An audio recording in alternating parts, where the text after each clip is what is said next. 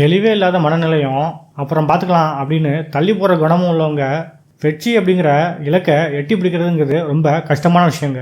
குழப்பமே இல்லாமல் மனசை ஒருமுகப்படுத்துறது மூலமாகவும் எந்த ஒரு வேலையும் தள்ளி போடாமல் உடனுக்குடனே செய்கிறது மூலமாகவும் சிறப்பான வாழ்க்கையை வாழ முடியும் அப்படின்னு சொல்லுது லெவல் அப் அப்படிங்கிற இந்த புத்தகம். அமெரிக்காவில் இருக்கிற டெக்சாஸ் மாகாணத்தில் வசிக்கிற ராப் டயல் அப்படிங்கிறவர் எழுதிய புத்தகம் தான் இது. இந்த புக் சம்மரியை தான் இந்த வீடியோவில் பார்க்க போகிறோம். வாங்க வீடியோக்குள்ள போகலாம்.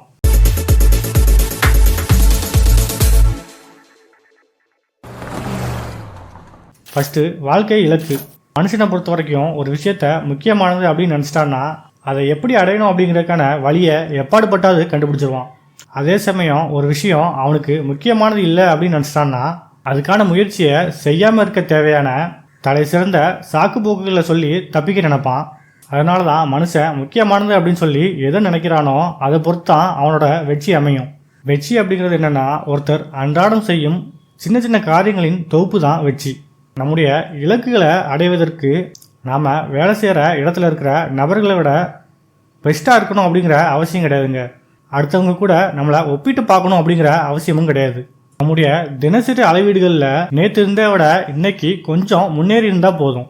செகண்டு, பயம் என்னும் பேய். ஒரு கோலை செட் பண்ணிட்டோம், நமக்கு என்ன செய்யணும் அப்படின்னு தெரியும், ஆனாலும் எந்த ஆக்ஷனும் ஏன் எடுக்காமல் இருக்கிறோம்? அதுக்கு காரணம் பயம். நம்மளோட பயத்தை பல்வேறு விதமாக உருவகப்படுத்தி கதையாக்கி அந்த கதையை நமக்கு நாமளே சொல்லிக்கிட்டு எந்த ஆக்ஷனும் எடுக்காமல் இருக்கிறோம். ஒன்றை மட்டும் நீங்கள் தெளிவாக புரிஞ்சுக்கணும். பயம் அப்படிங்கிறது நம்மளோட எதிர்காலம் குறித்து நாம் என்ன நினைக்கிறோம் அப்படிங்கிறதுனால தான் உருவாகுதே தவிர இப்போ என்ன நடக்குது அப்படிங்கிறதுனால உருவாகிறது கிடையாது. நம்முடைய மூளையானது எதிர்காலத்தில் நமக்கு இது நடந்தால் பாதகம் வந்துடுமே அப்படின்னு நினைக்கிறதுனால உருவாகிறது தான். எதிர்காலத்தில் நமக்கு வரக்கூடிய கஷ்டத்தை நினைக்கிறதுனால தான் பயம் வருது அப்படிங்கிறத மறந்துடுறாங்க. அப்புறமா நம்ம வாழ்க்கையில் நம்ம பயப்படுற விஷயங்களில் 85% நடக்கிறதே கிடையாது.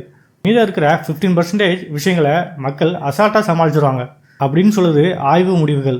ஆக கூட்டி கழித்து பார்த்தோம்னா 99% நாம் பயப்படுற விஷயங்கள் சமாளிக்கக்கூடியதாக தான் இருக்குது அப்படின்னு சொல்கிற இந்த புக்கோட ஆதர் நம்மளோட முக்கியமான எதிரி யார் அப்படின்னு சொல்லி அடையாளம் காட்டுறாரு. தேர்டு, நமக்கு எதிரி நாமே. பயம் அப்படிங்கிறது நம்மளோட முன்னேற்றத்திற்கு மிகப்பெரிய தடையாக இருக்குது. அப்படின்னா நம்மளோட முன்னேற்றத்துக்கு நமக்கு நாமளே மிகப்பெரிய எதிரியாக இருக்கிறோம். அடுத்ததாக இந்த புக்கோட ஆத்தர் சொல்கிறாரு, என்னோட 24 வயசில் நடந்த சம்பவம் இது. அப்போ நான் ஒரு சக்ஸஸ்ஃபுல் சேல்ஸ் ரெப்ரசன்டேட்டிவாக இருந்தேன். வாரத்துக்கு 110 மணி நேரம் உழைப்பேன். அதுக்கு ஏற்ற மாதிரி பணமும் கிடச்சிது. ஒரு 1-2 வருஷத்தில் பர்ன் அவுட் ஆகிட்டேன். மற்ற சேல்ஸ் ரெப்ரசன்டேட்டிவ் மத்தியில் நான் கடைசி ஆளாயிட்டேன். சரி, அது வேணாம் அப்படின்னு சொல்லிட்டு சொந்தமாக ஒரு கம்பெனி ஸ்டார்ட் பண்ணேன். அதுலேயும் நிறைய பணத்தை இழந்துட்டேன். என்னால் எதையுமே கட்டுக்குள்ளே வைக்க முடியல. என் நடத்தையை கூட என்னால் கண்ட்ரோல் பண்ண முடியல. இதுக்கு என்ன காரணம் அப்படின்னு யோசிச்சு பார்த்தேன். கடைசியாக நான் கண்டுபிடிச்சது என் மனசில் ஆழமாக பதிஞ்சிருந்த என்னால் எதுவுமே முடியாது அப்படிங்கிற எண்ணம் தான். ஏன் இந்த எண்ணம் என்கிட்ட வந்துச்சு? என்னோட தகப்பனார் ஒரு குடிகாரர். அவர் என்னோட வாழ்க்கையை மிகவும் ஆபத்தானதாக மாற்றிட்டு 15 வயசுலேயே இறந்துட்டார். அவருக்கு என்னை பிடிக்கணும் அப்படிங்கிறதுக்கான காரியங்களை செய்து பழகிட்டு நான் எனக்காக வாழணும், ஜெயிக்கணும் அப்படிங்கிற எண்ணமே எனக்கு இல்லாமல் போயிட்டு இதுதான் என்னோட பிரச்சனையாக இருந்துச்சு. நான் வெற்றி அடையணும்னா எனக்கு பிடிச்சதை நான் செய்யணும். என்னோடய சேல்ஸ் ரெப்ரசன்டேட்டிவ் வேலையில் எனக்கு ஒரு சில விஷயங்கள் பிடிச்சிருந்தது. என் கூட வேலை பார்க்குறவங்களுக்கு நான் ட்ரைனிங் கொடுக்கும்போது நான் சிறந்த தாக்கத்தை உண்டு பண்ணுற ஒரு பயிற்சியாளராக இருந்தேன். அது எனக்கு மிகுந்த மனநிறைவு கொடுக்குற விஷயமா இருந்தது. அதை போல் நான் மற்றவங்க பேசுகிறத கூர்ந்து கவனிக்கிற திறமை உள்ளவனாக இருந்தேன். அப்புறம் ஒரு சைக்காலஜிஸ்ட் ஆகணும் அப்படிங்கிறது தான் என்னோட நீண்ட நாள் ஆசை. என்னோடய வேலையில் ஒரு சில விஷயங்கள் சைக்காலஜிஸ்ட் மாதிரி செயல்படுறதுனால நான் ரொம்ப மகிழ்ச்சியாக இருந்தேன். ஃபோர்த்து, சரியான செயல் தோற்பதில்லை. நான் சம்பாதிச்ச பணத்தவனா என்னோட புதிய தொழிலில் இழந்திருப்பேன். ஆனால் நான் இது நாள் வரைக்கும் பெற்ற அனுபவம் என்னை விட்டு பிரியாமல் தான் இருந்துச்சு. என்னோட அனுபவத்தை நான் மற்றவங்களுக்கு சொல்ல நினச்சேன். அங்கே தான் உருவாகிச்சு என்னோட podcast the mind set mentor. இது வெற்றி பெறுமா, உதவியாக இருக்குமா அப்படிங்கிற பற்றிலாம் நான் கவலைப்படாமல் இதை ஆரம்பித்தேன். போட்காஸ்ட்டை எப்படி வைரல் ஆக்குறது, அதிலேருந்து எப்படி பணம் சம்பாதிக்கிறது, இதை பற்றிலாம் நான் யோசித்ததே கிடையாது. எனக்கு உதவிய பல விஷயங்களை மக்களுக்கும் உதவும் வகையில் சொல்லணும் அப்படின்னு நினச்சேன். ஆரம்பத்தில் ஒரு சில தவறுகள் செஞ்சாலும் நாள்பட அதை சரி செஞ்சுட்டு இப்போ 2 கம்பெனிகளை நான் நடத்திட்டு இருக்கேன். நியூ என்டர்பிரனருக்கு அவங்க தொழிலை எப்படி வளர்த்து எடுக்கணும் அப்படின்னு சொல்லிக் கொடுக்குற ஒரு கம்பெனி. ரெண்டாவதா செல்ஃப் டெவலப்மெண்ட்டுக்கு உதவுற மைண்ட் செட் மென்டார். இதை போட்காஸ்ட் மூலமாகவும் ஆன்லைன் கிளாஸ் மூலமாகவும் சொல்லிக் கொடுக்குறேன். ஆயிரக்கணக்கானவங்களுக்கு பயிற்சி கொடுத்த பிறகு நான் கண்டுபிடிச்ச விஷயம் என்ன தெரியுமா? எடையை குறைக்கிறதோ, அதிகமாக பணம் சம்பாதிக்கிறதோ, அல்லது நல்ல உறவுகளை பெறுவதோ, இந்த மாதிரி எந்த விஷயங்களை ஒருத்தர் இலக்காக வச்சுக்கிட்டாலும் அவருக்கு என்ன வேணும் அப்படிங்கிறது அவருக்கு தெளிவாக தெரியுது. ஆனால் அதை அடையிறதுக்கு எந்த மாதிரியான ஆக்ஷன் எடுக்கணும் அப்படிங்கிறது அவருக்கு தெரியலை. சரியான ஆக்ஷன் எடுத்து தோற்று போனவங்களை நான் இது வரைக்கும் பார்த்தே கிடையாது. ஆனால் இலக்க நிர்ணயம் செஞ்சுட்டு அதை நோக்கி ஆக்ஷன் எடுக்காமல் இருந்தவங்க ஜெயிச்சதா சரித்திரம் கிடையாது அப்படின்னு சொல்கிறாரு இந்த புக்கோட ஆதர். 5th, முழு மனதோட கிளம்புறங்க. தி ஆர்ட் ஆஃப் வார் அப்படிங்கிற புக்கில் போருக்கு போகும் வீரர்கள் எதிரியோட நாட்டை நோக்கி பயணிக்கும் போது இடையில் வர பாலங்கள், பயணித்த கப்பல்கள் இதெல்லாம் எரித்து சாம்பலாக்கி தான் பயணிப்பாங்க அப்படின்னும், அப்படி எரித்து சாம்பலாக்கிறதுனால அவங்களுக்கு திருப்பி போகணும் அப்படிங்கிற மைண்டு வராது. அவங்களோட முழு மனசோட போரிட்டு வெற்றி பெறுவார்கள் அப்படின்னு கூறப்படுது. மாவீரன் அலெக்சாண்டரில் ஆரம்பித்து பல்வேறு இராணுவ தலைவர்களும் இந்த ஸ்ட்ராட்டஜியை தான் ஃபாலோ பண்ணாங்க. இதிலிருந்து என்ன தெரியுதுன்னா, எந்த ஒரு காரியத்திலையும் நீங்கள் உறுதியாக இறங்கிட்டீங்கன்னா அதில் வெற்றி என்பது நிச்சயம்.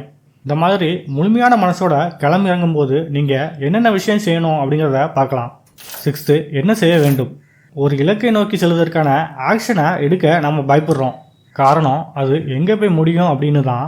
முழு வெற்றியாக இருக்கலாம், முழு தோல்வியாக இருக்கலாம், அரைகுறை வெற்றியாக இருக்கலாம், அரைகுறை தோல்வியாக இருக்கலாம், அல்லது எதுவுமே நடக்காமல் இருக்கலாம். இந்த மாதிரி நமக்கு எதுவுமே தெரியவே தெரியாது.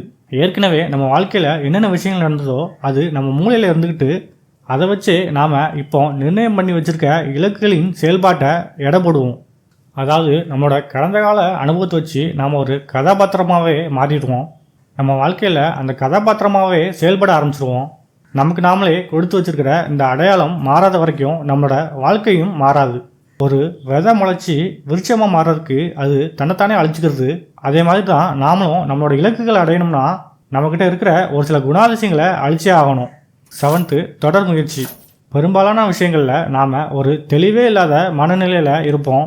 எடை குறைப்பு, அதிகமான பணம் சம்பாதிக்கிறது, இந்த மாதிரி எதுவாக இருந்தாலும் சரி, கண்ணுக்கு தெரியாத ஒரு நிலையை அடைய நாம் முயற்சி செய்வோம். எவ்வளோ நாளில் எவ்வளோ எடை குறைக்கணும், எத்தனை வருஷத்தில் எவ்வளோ பணம் சம்பாதிக்கணும் அப்படிங்கிற ஒரு தெளிவே நம்மக்கிட்ட இருக்காது. வெற்றி அப்படிங்கிறது கூகுள் சர்ச்சில் எப்படி நம்ம தட்டினோன்னே டேட்டா வேகமாக கிடைக்குதோ அதேமாரி வேகமாக கிடைக்காதுங்க. பொறுமையாக திட்டமிட்டு நீண்ட நாளுக்கு செயல்பட்டால் மட்டும்தான் வெற்றிங்கிறது நமக்கு கிடைக்கும். அப்படின்னு சொல்கிற இந்த புத்தகத்தை வாழ்க்கையில் முன்னேற துடிக்கிற எல்லாருமே வாங்கி படிக்கலாம். ஓகே ஃப்ரெண்ட்ஸ், வீடியோவில் பயனுள்ள தகவல் இருந்துச்சுன்னா வீடியோவை லைக் பண்ணுங்கள், சேனலை சப்ஸ்கிரைப் பண்ணுங்கள். தேங்க்ஸ் ஃபார் வாட்சிங்.